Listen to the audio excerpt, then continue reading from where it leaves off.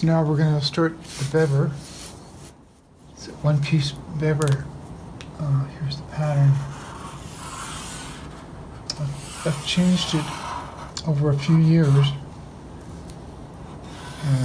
Always trying to upgrade my patterns. And yeah, the last time I made this was about 10 years ago. So I'm hoping that this pattern is still pretty good. I mean, it should be. This is my mark for the stretch, and then just give me a center crease here. Okay, let's go cut it out.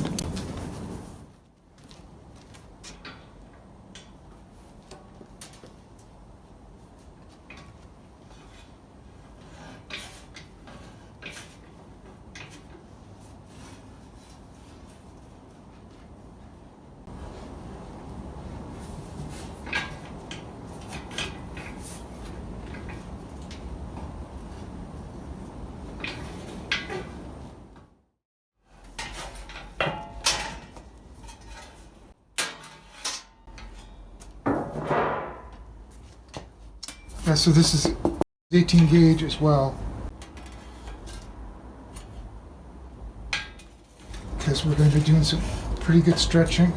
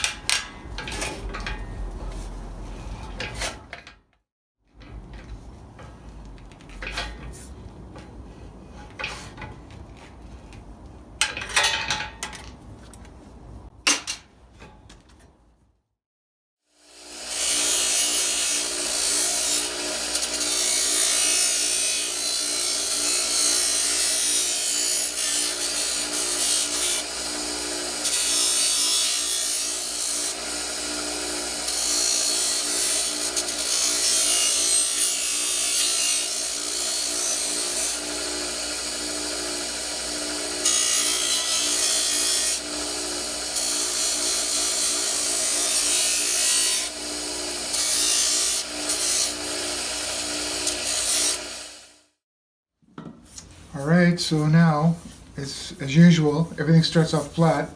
I've got my little, it's like my notes, it's my felt pen marks to show me where to concentrate all the hitting. And then this is going to be the center crease here. So we're going to start out with a 3-pound, as usual, and start moving the steel around.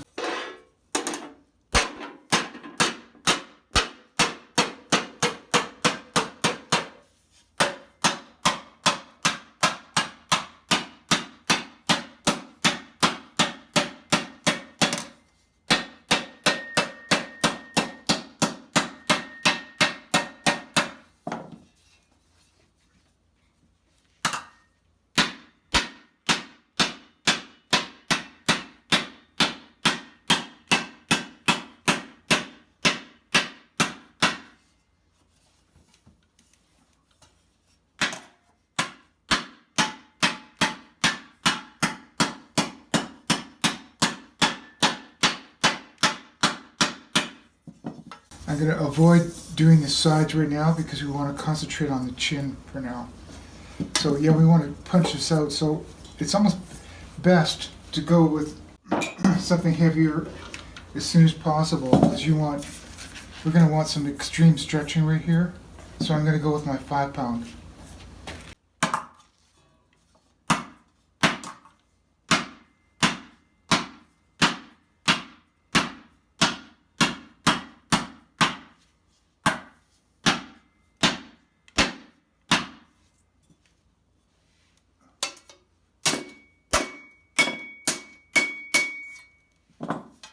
I just used an off-camera anvil just to get some of these crinkles out. Yeah, that's what I do. I usually keep an anvil kind of close, which maybe I guess I should bring it in here, but just to get these troubled creases out of here. But gotta keep going.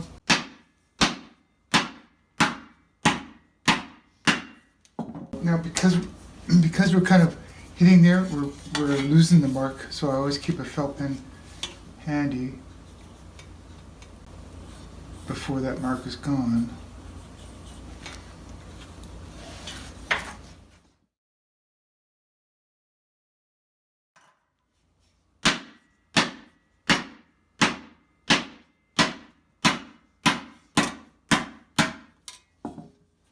Yeah, I can see it looks pretty mangled here. So what we're going to do is we're going to, like I said, go back and forth. I'll bring this anvil in here. Oh. Just keeping them in check before they get too out of hand. And you can kind of see we're punching out the chin. That's what we're concentrating on. There's no real definition at this time. We'll be going to the saddle bar next, probably. But yeah, I'm just going to try to punch this out as much as I can.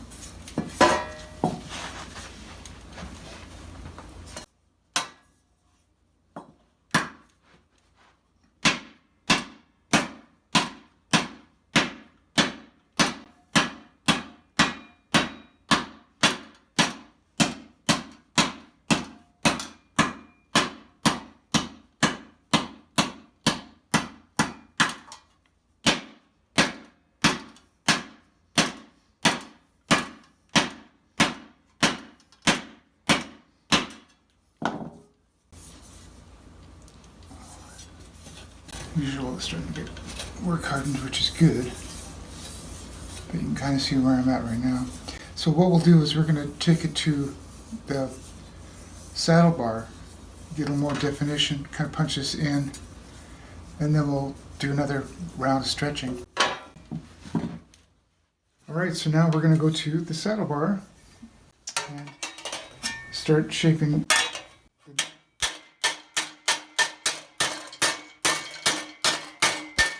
the front of the neck part that kicks back. And yeah, so we're going to go over, I've got a little miniature version here.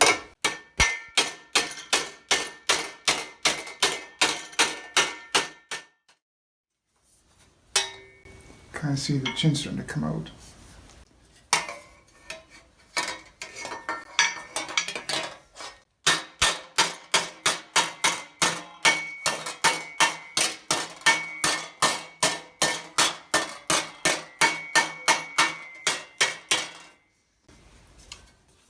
So I'm gonna start bringing the metal in from the sides now too. So I got to do that on the stump, and so we're going to be stretching it out here, and then bring the metal more out here. So we'll be going from anvil to saddle bar to So we're going to go back to the stump now. Okay, so we're going to start bringing this moving the steel kind of towards this as well. It'll kind of start giving it its shape too.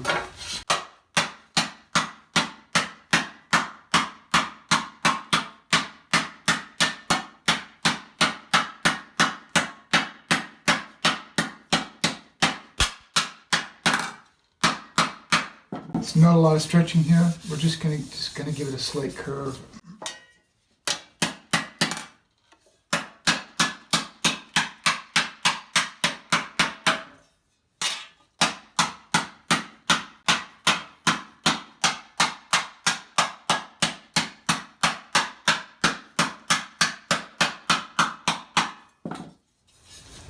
Slowly kind of bring it in. So we're going to punch this out a little bit more, and then we're going to go to a creasing board. So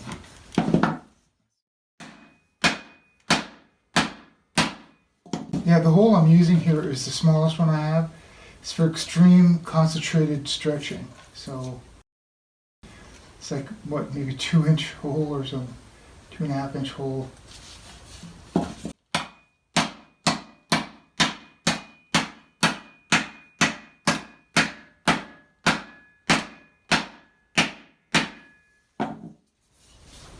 Yeah, we've got the metal moving. Okay, so now let's get a creasing board out. Got our deep one.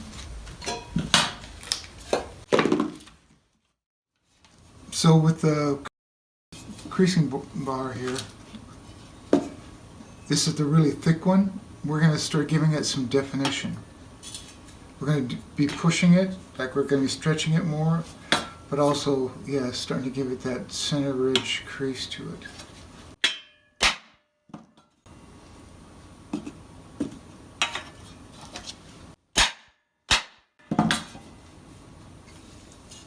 Kind of see, yeah, we don't want to have too much definition at this point, but we're still in the process of stretching it out. So we need something a little deeper than this even. And I've got some little creases in my stump too that I use. So I'll probably just try to get some out of this to get some stretching.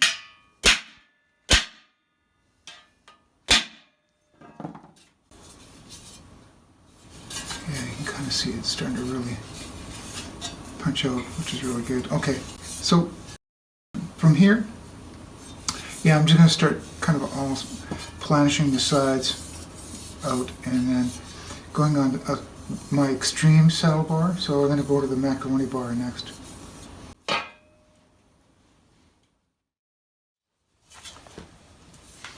Okay, here's where I use the macaroni bar for, you know, extreme bends and kind of sort of reverse curves.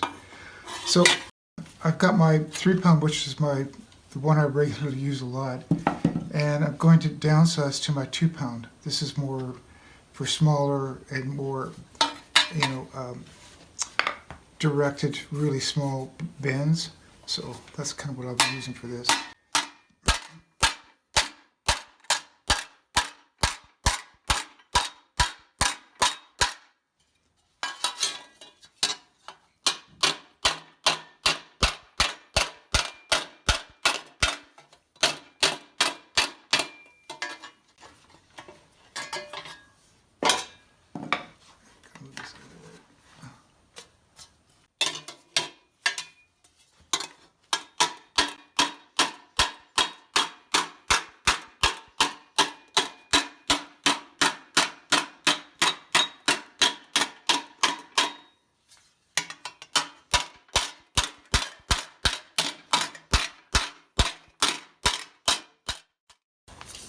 So as you can see, it's giving me a lot more definition to the chin.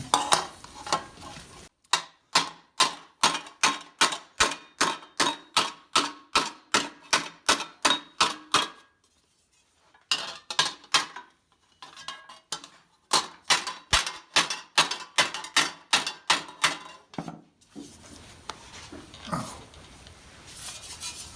Yeah. So it's probably enough stretching here.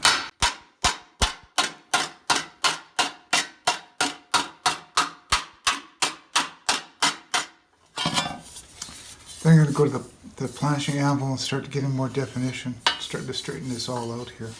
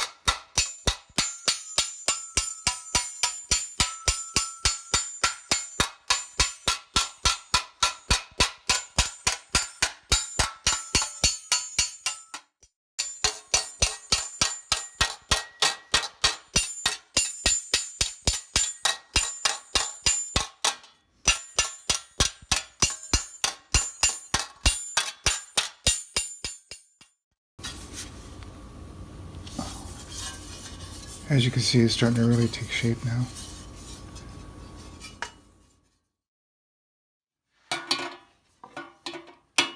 Okay, we're going to use the end of this horn. That's why I cut the tips off a lot of these, because it's not really needed. It kind of gets in the way sometimes.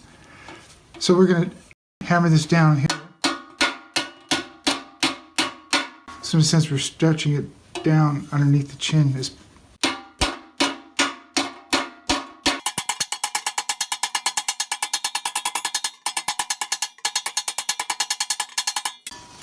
Then we're going to try to stretch this out a little bit more too over the same horn.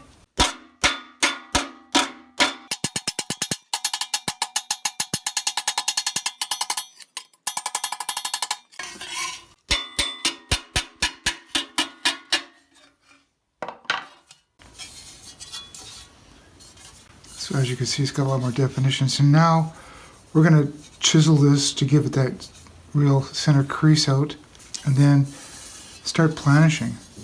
And as we planish, it'll sort of take more form.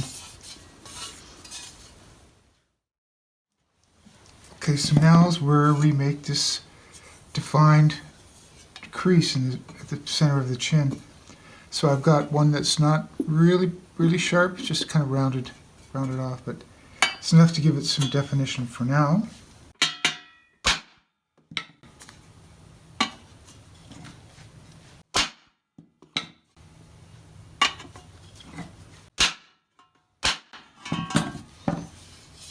As you can see, and then we're going to define it more with planishing on the steel anvil. Okay, so that's where we're going to go. We're going to do lots of planishing.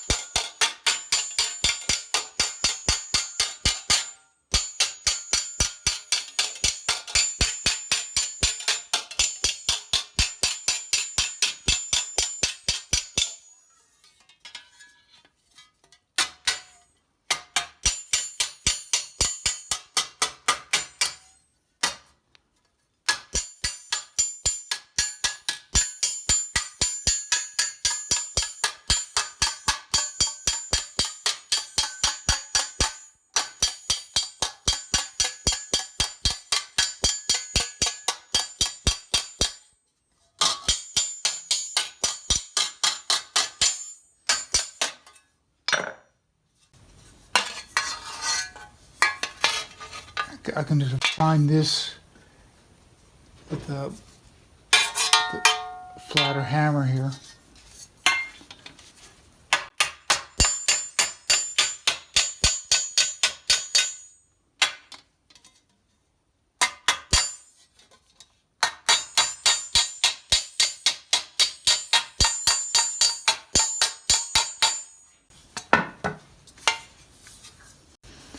Look on it inside and out. Then yeah, we'll grind it to a nice kind of basic finish. Won't be the final, but enough so we can see what it looks like.